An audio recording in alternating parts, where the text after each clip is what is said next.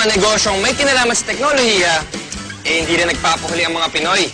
Tulad ng mga cellphone reloading station na talaga namang connect na connect sa kanilang mga suki. Sa panahon ngayon, isa na nga sa pangunahing pangangailangan natin ang cellphone. Kaya dapat lagi itong may load. At dito nakasilip ng pagkakataon ang iba nating mga kababayan para kumita. Ang V-Mobile, nakaisip ng paraan kung paanong sa pamamagitan lang ng isang telepono at isang SIM card, maaari nang makapagbenta ng load ng kahit anong network. Ang kaibahan nitong V-Mobile, gamit mo yung cellphone mo, makapagbebenta ka ng lahat ng klase ng prepaid, cards at saka electronic, para magkaroon ka ng negosyo. Taong 2008, nagsimula ng V-Mobile ang negosyong ito.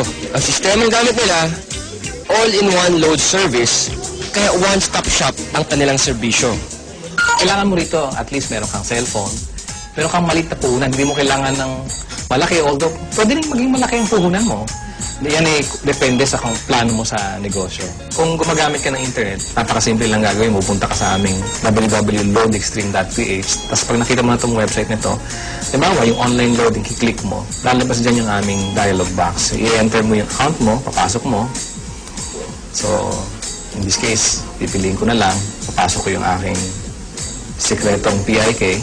Tapos mamimili ako ng produkto. Tapos, lalagay ko yung cellphone number. Kiklik mo ngayon yung send load. Pag okay natin, yun na. Pero paano ka nga ba kikita sa negosyong ito? Halimbawa, may magpapaload sa iyo ng 100 pesos. Ang babawas sa load wallet mo ay 90 pesos lang. Ibig sabihin, may 10 piso kang kita sa bawat 100 na i-reload mo sa iyong customer.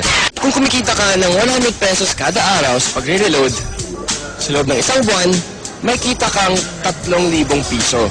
Anip, tulad ni Peewee, na nakatuwaan lang daw noong una ang reloading business. Actually, nagulat kami. Nung nag-start kami noon, magbabarkada lang kami. So, every night, magkakasama kami.